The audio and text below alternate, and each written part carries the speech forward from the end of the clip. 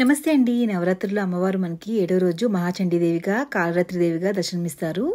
ఈరోజు అమ్మవారికి నివేదించాల్సిన నైవేద్యం అయితే కదంబం అండి. దాని గురించి ఒక కప్పు రైస్, అరకప్పు వరకు కందిపప్పు కానీ పెసరపప్పు కానీ తీసుకోవచ్చు. దీంట్లో వాటర్ వేసి బాగా కడిగేసుకున్న తర్వాత ఇందులోనే 2 కప్పుల వరకు వాటర్ వేసుకొని అరగంట పాటు నానబెట్టుకోవాలి.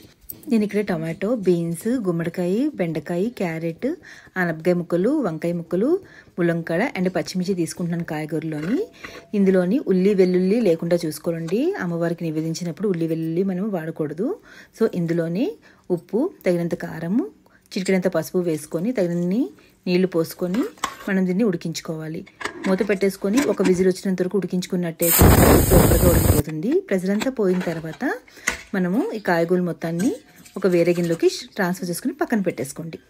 తర్వాత అదే కుక్కర్లోని మనం పెట్టుకున్న బియ్యము పప్పును వేసుకొని తర్వాత 3 కప్పులు వాటర్, టోటల్గా 5 కప్పులు ఒక వాటర్ వేసుకొని అందులోనే కొంచెం పసుపు, ఉప్పు వేసుకొని ఒకసారి కలిపేసుకొని మూత పెట్టేసుకొని మీడియం ఫ్లేమ్లోని 3 నుంచి 4 విజిల్స్ వచ్చినంత ఉడికించుకుంటే సరిపోతుంది. ఇది ఉడికేలోపు మనము చింతపండుని నానబెట్టుకొని పక్కన పెట్టుకోవాలి. ఇక్కడ విజిల్స్ అనేది వచ్చాయి కదండి. ఇంకా స్టవ్ ఆఫ్ చేసుకుని పక్కన పెట్టేసుకొని ఇక్కడ చింతపండు మనకు రసం తీసుకోవాలి. మనం ఆల్రెడీ కాయగూరలన్నీ ఉడికించి పెట్టుకున్నాం కదా, ఇందులోని ఈ రసం అనేది యాడ్ చేసుకొని మనము కొంతసేపు ఉడికించుకోవాలి. చూడండి, ఇలా ఉడుకుతున్నప్పుడు ఇందులోనే కొంచెం బెల్లం యాడ్ చేసుకోండి. రుచి చాలా బాగుంటుంది బెల్లం యాడ్ చేయడం వల్ల. ఇంకా స్టవ్ ఆఫ్ చేసి పక్కన పెట్టేసుకొని ఇక్కడ మనకి రైస్ కూడా ప్రెజర్ కంప్లీట్గా పోయిందండి. తర్వాత దీన్ని ఒకసారి బాగా స్మాష్ చేసేసుకొని మనం ఉడికించి పెట్టుకున్న కాయగూరలు అండ్ పులుసును కూడా వేసుకొని బాగా కలిపేసుకోండి.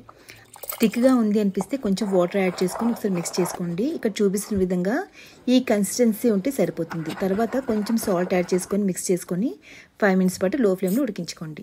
తర్వాత కడాయిలోని ఆయిల్ వేసుకొని అందులోని పోపు దినుసులు, ఎండుమిర్చి, కరివేపాకు కూడా వేసుకొని వేగిన తర్వాత లాస్ట్లో కొంచెం ఇంగువ వేసుకొని మనం పోపు కలుపుకున్నట్టయితే మనకి ఎంతో రుచిగా ఉంటే కదంబం రెడీ అవుతుంది.